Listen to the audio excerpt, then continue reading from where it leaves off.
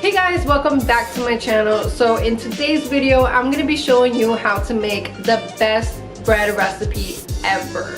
It's going to be super easy, super straightforward. It's not going to be complicated at all, I promise you. So if you guys want to know how to make this awesome white bread, just keep on watching. Before you bake your bread, you want to preheat your oven at 425 degrees, but then bring it down to 375 degrees once you're ready to bake. So the first thing we're going to do is we're going to add 1 tablespoon of yeast to a medium-sized bowl, and you're going to mix it with 1 cup of lukewarm water. So a lot of people ask me, what does warm water do to yeast?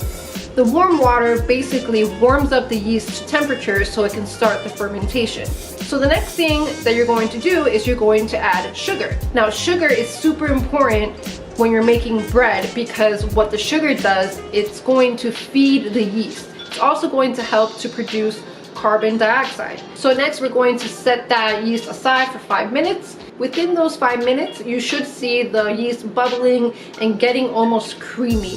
So if nothing happens during this process, that means that your yeast is pretty much dead. That means that you need to get fresh yeast and start all over again.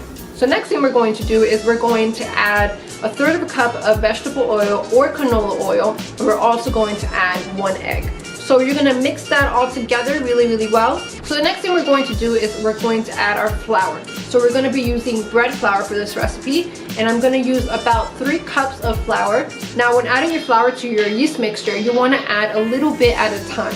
You want to start mixing it until you start seeing the dough forming into a ball. Once you're at that stage, you're good to go, and you can put your dough onto a flour surface so you can start kneading it.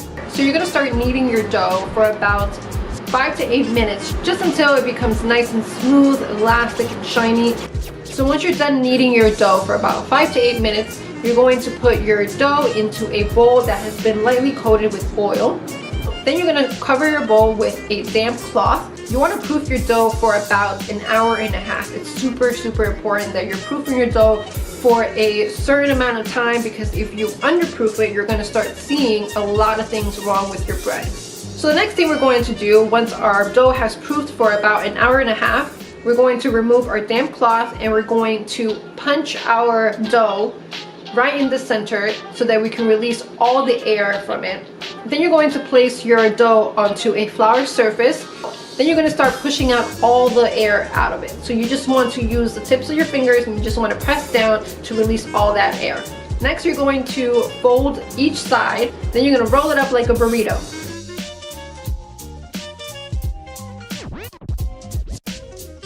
You want to make sure that the bottom of your dough is not open. So you want to make sure that you're pinching the bottom of the dough, and you're making sure that the ends are also pinched. If you have a little bit of an opening on the bottom of your bread, when you're proofing it again, that opening is going to get bigger and bigger and bigger while proofing. So once your dough has been nicely shaped, you're going to put it in a loaf pan that has been buttered, and we're going to proof this for about 35 minutes. So now that our dough has doubled in size, we're going to lightly brush a little bit of melted butter on top so it can get nice and golden brown. And we're going to bake this for about 35 minutes.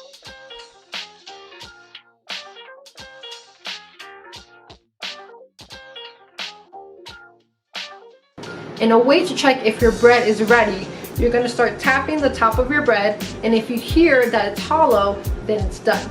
So then you can remove it from your pan. That's something else that I want to point out, is that when you take your bread out of the oven, you want to make sure that you're taking it out of the pan as soon as possible, because if you leave it there, you're going to create steam and then it's going to get soggy in there. So you want to remove it as soon as it comes out of the oven so it can cool down for about 10 to 15 minutes. So then finally, you guys can either skip this step, but I do recommend it, is to lightly brush the melted butter on top of your bread.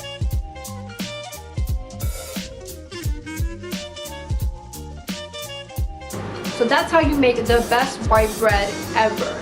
It's super simple, and hopefully you guys enjoy this. Hopefully you didn't think it was too complicated, but I really enjoyed making this bread for you guys. I really hope you guys try it. If you guys enjoyed this video, please don't forget to give it a thumbs up, and if you guys want to watch more of my videos, please don't forget to subscribe. And I'll see you guys in the next one. Bye guys.